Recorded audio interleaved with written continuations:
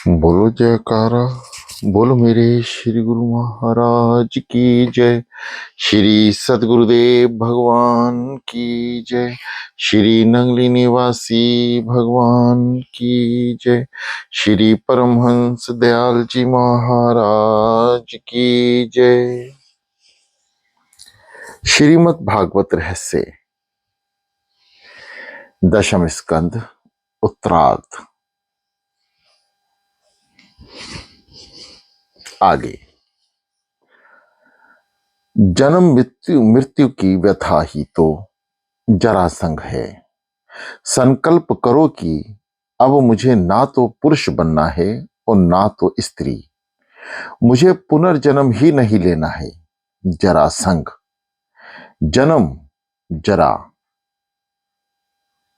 मृत्यु के त्रास से छूटने के लिए प्रतिदिन 21,000 जप नियमित करते जाओ। जप के बिना पाप और वासना छूट नहीं पाएगी। कथा श्रवण पाप को जलाकर मार्गदर्शन देता है। कथा सुनकर जप का भगवान की भक्ति करने का सत्कर्म करने का संकल्प करो। कथा श्रवण करने से भगवान से संबंध जुड़ जाएगा और ब्रह्मचार्य पालन का ध्यान, जप का, सेवा स्मरण का व्रत लो। एक बनिया कथा श्रवण करने जाता। कथाकार महाराज ने उससे कहा, तुम कथा तो सुनते हो, सो कुछ अच्छा सा संकल्प करो, सत्य बोलने का संकल्प करो। तो बनिए ने कहा कि वह तो व्यापारी है, सत्य ही बोलेगा तो सारा कारोबार चौपट ही हो जाएगा। इस पर महाराज ने कहा कि किसी की निंदा ना करने का व्रत लो।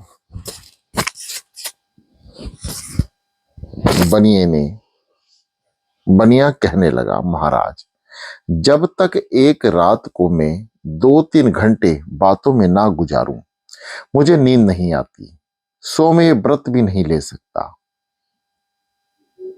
मैं संकल्प करता हूं कि रोज सुबह अपने सामने रहने वाले कुम्हार का मुंह देखूंगा। देखा इस बनिया का संकल्प, वह हर सुबह कुम्हार का मुंह देख लेता था। एक दिन सुबह वह कुम्हार कुछ जल्दी उठकर गांव के बाहर मिट्टी लेने चला गया। तो बनिया उसका मुंह ना देख पाया। वह बनिया अपना नियम निभाने के लिए उस कुम्हार को ढूंढने लगा। अब भाग्य की बात देखो कि उस दिन कुम्हार मिट्टी खोद रहा था तो सोने से भरा हुआ एक घड़ा उसके हाथ में लग गया। वह उस घड़े को निकाल रहा था कि उसी समय बनिया आ पहुंचा। बनिए ने कुम्हार का मुंह देखकर कहा, चलो मैंने देख लिया। उधर कुम्हार ने समझा कि बनिए ने सोने से भरा घड़ा देख लिया है। यदि वे राजा से कह देगा तो सब कुछ जब्त हो जाएगा। सो उसने बनिए से कहा, तूने देखा तो है, लेकिन किसी से मत कहना, मैं तुम्हें आधा भाग देता हूं। बनिए को सोना मिल गया। अब बनिया सोचने लगा, मैंने इस कुम्हार के मुख दर्शन का व्रत लिया तो लक्ष्मी जी का आगमन हुआ। यदि मैंने स्वयं प्रभु के दर्शन का व्रत लिया होता तो कितना अच्छा होता। दो संकल्प तो सभी को करने चाहिए, एक पाप कर्मों से बचने का और दूसरा सत्कर्मों में ही लगे रहने का। 21,000 जप करने को इसलिए कहा गया है कि मनुष्य सामान्यतः दिन में 21,600 बार सांस लेता है, अर्थात प्रत्येक स्वेच्छवास के साथ भगवान का नाम जपते रहना है। ऐसा करने पर ही जरासंध ने त्रास से बच जा पाओगे। कालियावन का नाश तो करना था, किंतु श्री कृष्ण उसे स्वयं मार नहीं सकते थे। कालियावन को ब्राह्मण जी ने वर दिया था कि यदुवंश का कोई भी व्यक्ति उसे मार नहीं पाएगा। कालेवन ने जब श्री कृष्ण का पीछा किया तो वे भागते छिपते प्रवसन पर्वत की उस गुफा में जा पहुंचे जहां राजा मुचुकुंद तपस्या कर रहे थे। कालेवन ने गुस्से में मुचुकुंद को ठोकर मारी। मुचुकुंद की आंखें खुली और उसकी दृष्टि कालेवन पर पड़ते ही वे जलकर भस्म हो गया। परमात्मा के ध्यान में लगे हुए व्यक्ति को काल मार नहीं सकता, उसके सामने तो उल्टे काल स्वयं मर जाता है। जब मुचुकुंद ने जाना कि श्री कृष्ण आए हैं तो वे प्रार्थना करने लगे। जीव को मनुष्य की देह मिली है, किंतु विषय सक्त होने के कारण वह भगवान के चरणविंद की सेवा करता ही नहीं है। मनुष्य कितना प्रमादी है। जीव की स्थिति तो सर्प के मुंह में फंसे हुए मेंढक की सी है। सर्प के मुंह में फंसा मेंढक अपनी मृत्यु की तो सोचता ही नहीं, उल्टे यदि कोई जंतु कीट आ गया तो उसे निगल जाने के लिए जीव लंबी करता है। मनुष्य भी काल के मुंह में फंसा है, फिर भी उसकी विषय शक्ति मिटती ही नहीं। 50,000 की वय पूरी होते ही समझ लो कि तुम काल के मुंह में आधे तो जा चुके हो। 50 वर्ष की आयु पूरी होते ही समझ लो कि तुम काल के मुंह में आधे तो जा चुके हो। काल तो हमेशा सावधान ही रहता है, जीव ही असावधान रहता है। सत्संग के बिना ज्ञान प्राप्त नहीं होता।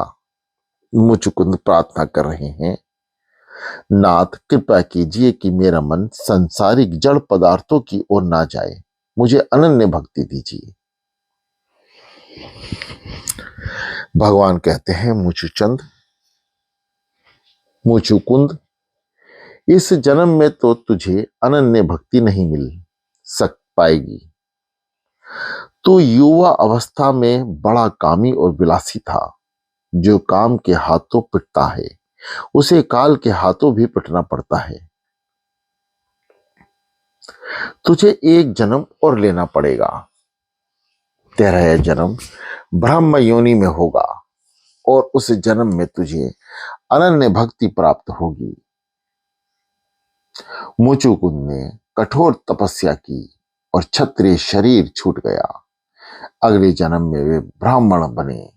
द्वापर युग के क्षत्रिय राजा मुचुकुंद कलयुग में नरसिंह मेहता का रूप लेकर अवतारित हुए।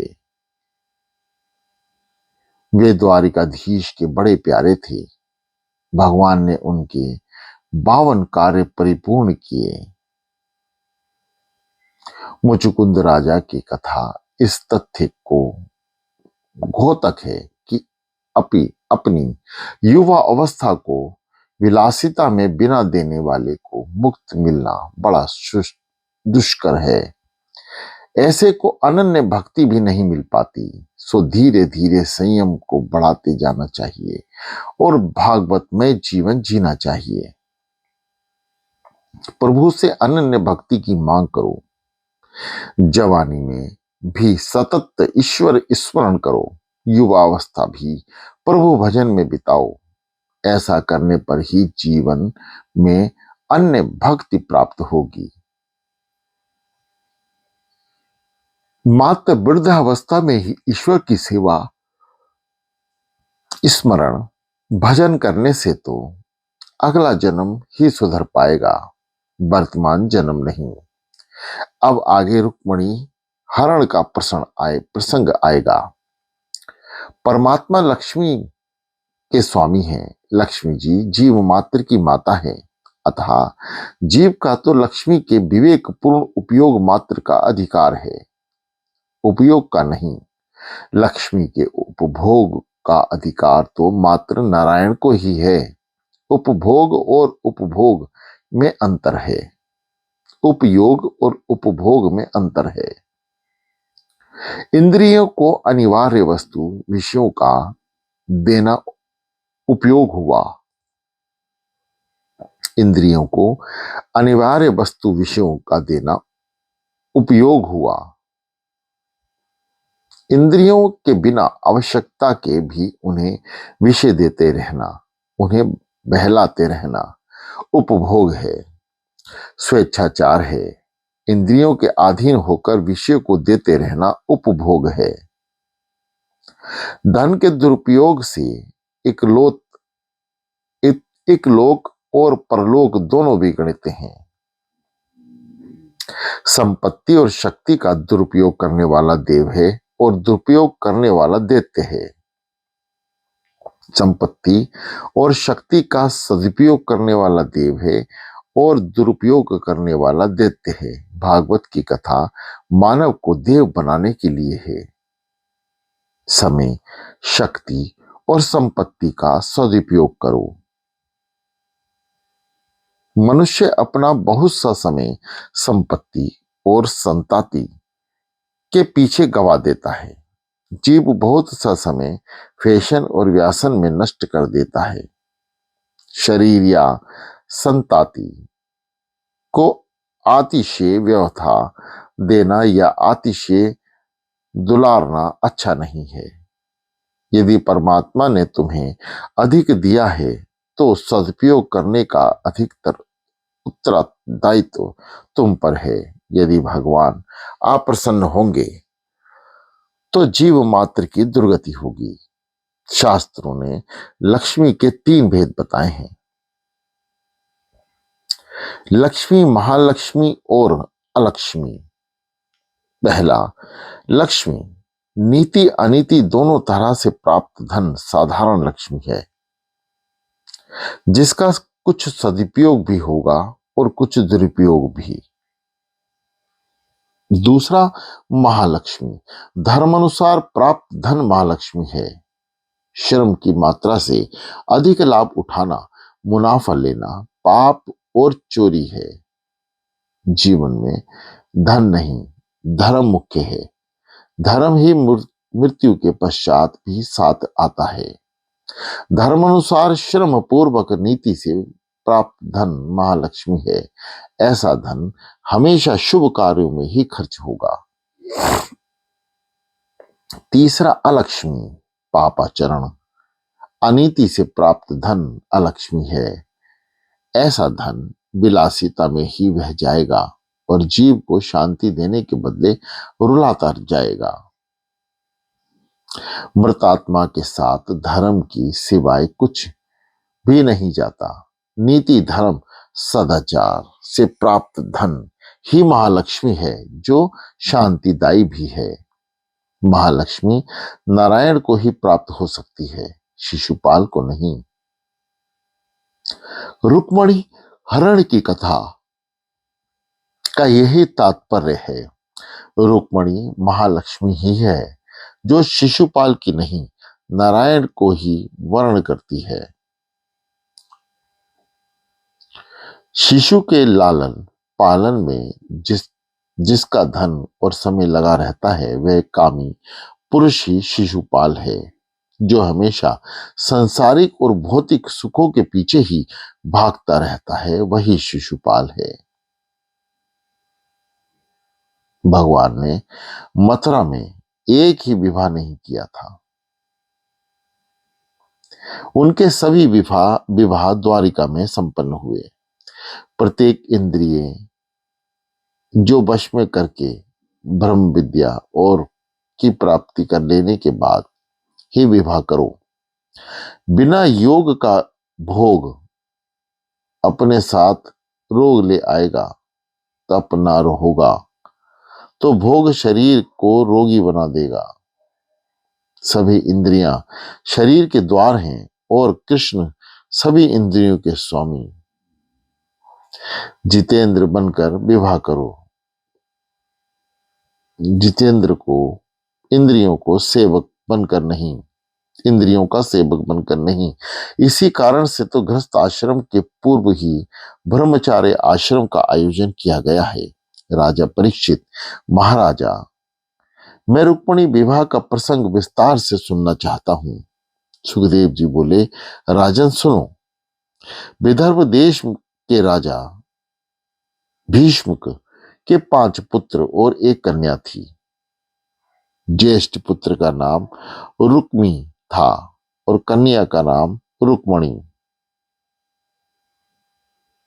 भगवान ने उनकी माता का नाम नहीं बताया, किंतु अन्य ग्रंथों के अनुसार उनकी माता का नाम शुद्धमती था। जहां मति शुद्ध होती है वहीं महालक्ष्मी का आगमन होता है। रुक्मणी लक्ष्मी जी का अवतार थी। भीषक राजा की इच्छा थी कि रुक्मणी का विवाह श्री कृष्ण से किया जाए, किंतु राजा का पुत्र रुक्मी अपनी बहन का विवाह गोपाल के साथ नहीं, राजा शिशुपाल के साथ करना चाहता था। रुक्मणी के भाई की इच्छा रुक्मणी ने भाई की इच्छा जानी तो उसे बड़ा दुख हुआ। रुक्मी ने शिशुपाल को बारात लेकर आने का आमंत्रण दिया। कामी शिशुपाल बारात सहित आ पहुंचा। गणपति पूजा के समय भी इस कामी का ध्यान तो रुक्मणी की ओर लगा हुआ था। उसका ध्यान कन्या के दैहिक सौंदर्य की ओर था। जब साधारण जीव विवाह करने जाता है तो काम अधीन होकर जाता है। प्रभु तो गोपाल अर्थात गो यानी इंद्रियों को नियंत्रण में रखने वाले हैं। भगवान जितेंद्रिया बनकर विवाह करने जाते हैं। शुद्धमती के अंतपुर में एक सुदेव नामक ब्राह्मण आता जाता था। रुक्मणी ने उस ब्राह्मण से कहा, मैं श्री कृष्ण से विवाह करना चाहती हूँ। 7 श्लोकों में लिखा हुआ मेरा ये पत्र तुम श्री कृष्ण तक पहुंचा दो। एकनाथ महाराज ने रुक्मणी स्वयंवर पर भाष्य लिखा है कि वे कहते हैं कि रुक्मणी श्री कृष्ण का विवाह शुद्ध जीव और ईश्वर के विवाह है। भागवत कथा के अंतिम दिन को इस विवाह की कथा आती है, जिसे ततक्षक नाग के दंश से मरना है। क्या ये लौकिक विवाह की बातें सुनेगा? योगी श्रेष्ठ परमहंस सुखदेव जी की कथा कह रहे हैं। भाषा विवाह की है, जबकि तात्पर्य तो जीव के ईश्वर से मिलन का है। श्री कृष्ण कहते हैं, मुझे सांसारिक सुपभोग की इच्छा नहीं है, मुझे किसी भी वस्तु की अपेक्षा नहीं, मैं निरपेक्ष हूं, मैं निष्काम हूं। रुक्मणी भी तो कहती है कि उसे भी विशेष सुख की इच्छा और अपेक्षा नहीं है। रुक्मणी ने अपने पत्र में लिखा था कि वह निष्काम है और उनके मन में कोई विराकार वासना नहीं है। सामान्य कन्या ऐसी बात कैसे कह पाएगी? श्री कृष्ण और रुक्मणी दोनों निष्काम निर्विकार हैं, अर्थात यह प्रसंग लौकिक विवाह का नहीं, आध्यात्मिक मिलन का है। लौकिक सिद्धांत को समझने के लिए लौकिक शब्दावली का प्रयोग किया गया है। भागवत के श्लोक यही अर्थ बताते हैं। लगन के पूर्व भी रुक्मणी ने निर्विकारिता की बात कही थी। लगन के पश्चात भगवान उससे कहते हैं, मुझे स्त्री की ओर वंश वृद्धि की इच्छा नहीं है। क्या कोई साधारण पुरुष विवाह के बाद ऐसी बात करता है? जो व्यक्ति ईश्वर के साथ विवाह करना चाहता है उसके रिश्तेदार बहुत सताते हैं। रुक्मी भी अपनी बहन का विवाह भगवान से होने के विरुद्ध था, किंतु यदि जीव सदगुरु की शरण ले तो बेड़ा पार हो जाता है। रुक्मणी ने भी सुदेव की सहायता ली थी। जो ईश्वर से मिलन चाहता है उसे अपना जीवन सादा रखना चाहिए। राजकन्या होते हुए भी रुक्मणी पार्वती के दर्शन के लिए पैदल गई थी। सुखदेव जी ये कथा कह रहे हैं कि परीक्षित की इस लौकिक विवाह कथा में तन्मयता ही बताती है कि यह विवाह साधारण मनुष्य को का नहीं है था। यदि रुक्मणी लौकिक सुख चाहती होती तो वहां उपस्थित अन्य किसी भी राजा के साथ विवाह कर सकती थी, किंतु उसने बड़े विवेक से श्री कृष्ण का वर्णन किया। जब ईश्वर के साथ विवाह करता होता है तब कृतार्थ होता है। रुक्मणी श्री कृष्ण का विवाह जीव और ईश्वर का मिलन है, जो सुदेव से सदगुरु की कृपा से हुआ। रुक्मणी भगवान की आद्य शक्ति है। संत ही ब्रह्म संबंध करा सकता है। किसी सुयोग्य सदगुरु की मध्यस्थता के बिना जीव ईश्वर से मिल नहीं सकता। रुक्मणी का पत्र लेकर सुदेव द्वारका आए। भोजन आदि से निर्वित होकर द्वारकानाथ ने सुदेव से कुशल मंगल पूछा। आपके दर्शन से ही कृतार्थ हुआ। क्या सेवा करूं मैं आपकी? सुदेव ने भगवान को रुक्मणी का पत्र दिया और कहा, प्रभु, ये रुक्मणी एक सुपात्र कन्या है। वह सुंदरी तो है ही, सद्गुणी, चतुरा और सुशीला भी है। इसके साथ यदि आपका विवाह होगा तो आपका जीवन सुख संतोष से बीतेगा। श्री कृष्ण ने रुक्मणी का पत्र पढ़ा। अक्षर और भाषा से ही मनुष्य की परीक्षा हो जाती है। पत्र चाहे विस्तृत ना हो, व्यर्थ तो पूरा पूरा होना चाहिए। उसमें रुक्मणी ने भी उस छोटे से पत्र में मात्र 7 श्लोकों में मानो गागर में सागर भर दिया था। दोनों का सप्तपदी संबंध शीघ्र ही जुड़ जाना चाहिए, ऐसा सूचित करने के लिए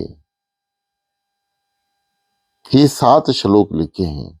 6 श्लोकों में रुक्मणी ने श्री कृष्ण के 6 सद्गुणों का वर्णन किया।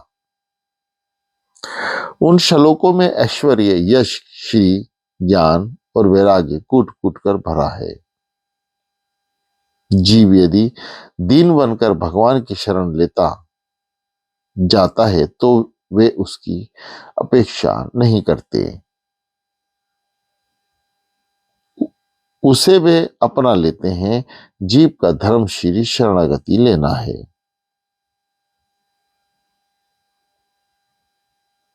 पत्र में श्री कृष्ण को सुंदर सा संबोधन दिया गया था। वे जगत नहीं, जगत का सृजनहार सुंदर है। संसार में जो कुछ सुंदरता है वह श्री कृष्ण के सौंदर्य का अंश मात्र है। संसार कार्य है और कृष्ण कारण। सौंदर्य की कल्पना में से विकार का ही जन्म हो सकता है।